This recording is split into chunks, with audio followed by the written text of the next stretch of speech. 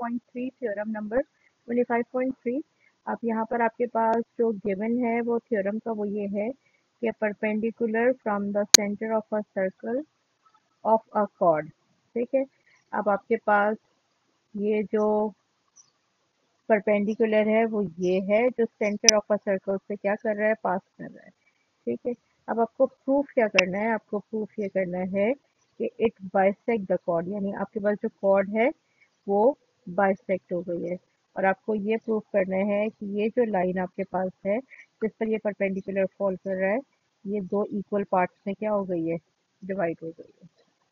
ठीक है, तो आपके पास जो थ्योरम का गिवन पार्ट है वो क्या है, वो ये है कि a circle from the center O and its chord AB, the perpendicular OC from O meet AB at C, that is OC is perpendicular AB and angle OCA and OCB are the right angles। अब जो पिछले theorem में आपसे आपसे हमने इसको क्या किया था, इसको प्रूव किया था, वो सारी चीजें इसमें गिवन है।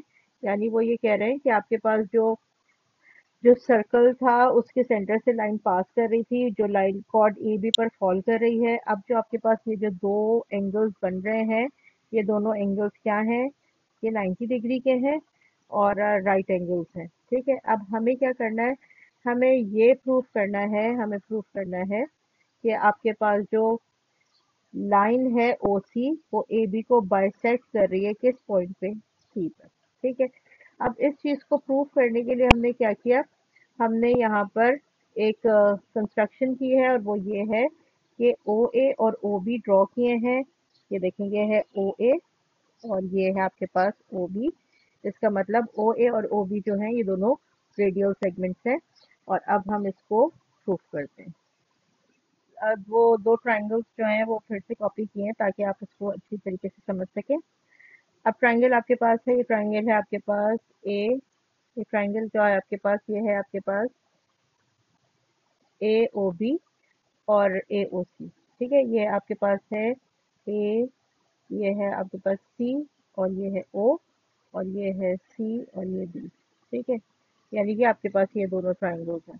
अब इस ट्रायंगल में क्या कह रहे हैं, वो ये कह रहे हैं कि भाई ये दोनों 90 डिग्री हैं और ये गिवन है। ठीक है, फिर ए ओ और ओ बी जो है ना ये आपके पास रेडियल सेगमेंट्स हैं।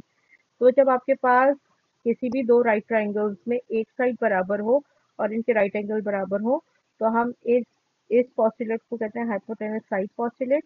और in this way both the triangles क्या हैं, दे आर कॉन्ग्रुएंट। ठीक है, जब ये दोनों ट्रायंगल कॉन्ग्रुएंट होंगे तो इनकी रिमेनिंग साइड्स भी बराबर होंगी, यानी ये ए सी और बी सी जो हैं ये दोनों क्या होंगे, ये दोनों बराबर होंगे। तो यानी अगर आप ए सी को और बीसी को क्या करेंगे, ज्वाइन करेंगे, तो ये बन जाएगा ए बी। इसका मतलब क्या है कि जो ए बी है वो बाइसेक्ट करिए ये कॉर्ड और इसके दो पार्ट्स जो हैं वो क्या हैं, ए सी और बी सी।